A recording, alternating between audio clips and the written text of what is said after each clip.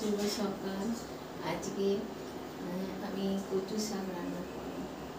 এবারে কচু শাক সেদ্ধ করে নিয়েছি। ইলিশ মাছের মাথা দিয়ে কচু শাক করব। পেতেছি, কড়াইটা গরম হলে পরে আমি তেল দেবো। এই কচু শাকটা আমি সর্ষের তেলেই রান্না করব। কড়াইতে আমি সর্ষের তেল দিচ্ছি।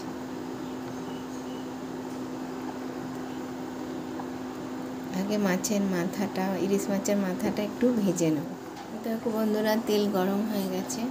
এবার আমি মাছের মাথাগুলো তেলে দেব।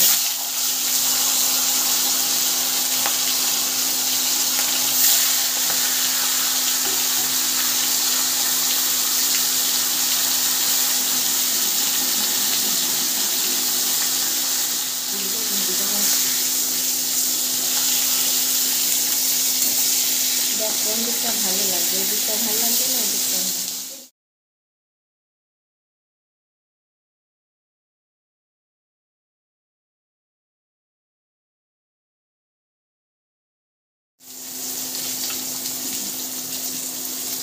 দেখো বন্ধুরা, আমার ইলিশ মাছের মাথাটা ভাজা হয়ে গেছে।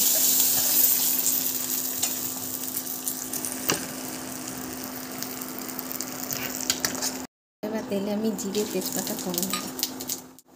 তারপর আমার সেদ্ধ করা কচুর শাকটা এর মধ্যে ছেড়ে দেব।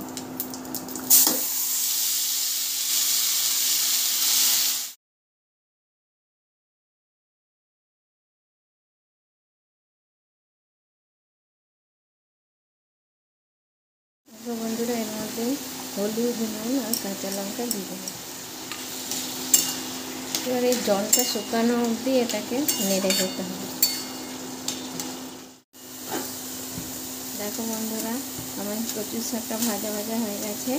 এবার আমি মাছের মাথা দুটো দিয়ে দেবো।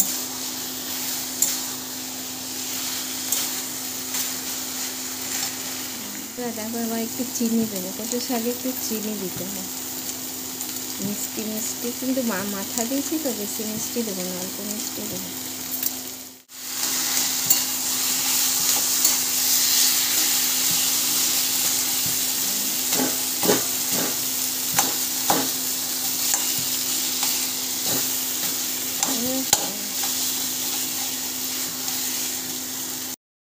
আমার কচু শাকটা হয়ে গেছে। এবার আমি একটা ভাজা মশলা করে রেখেছিলাম, সেই ভাজা মশলাটা আমি এর মধ্যে দিয়ে দিলাম। ভাজা মশলা না দিলেও হয়, ইলিশ মাছের মাথা তো, ওটাতে এমনিতেই গন্ধ আসবে ইলিশ মাছে। ভাজা মশলাটা না দিলেও হয়, তাই আমি একটু দিয়ে দিই। এটার মধ্যে আমার এলাচ, দারচিনি গুঁড়ো করা আছে তো, ওই জন্য এই ফ্লেভারটা ভালো আসে। এই জন্য আমি এই গুঁড়ো মশলাটা একটু, ভাজা মশলাটা একটু এর মধ্যে ছেড়ে দিই। মাছের মাথাতে কোনো কিছু দেওয়ারই দরকার হয় না, ইলিশ মাছের তো একটা ফ্লেভারই থাকে। যাই হোক, আমার রান্নাটা রেডি হয়ে গেল। দেখো, এবার এটা আমি নামিয়ে নেব।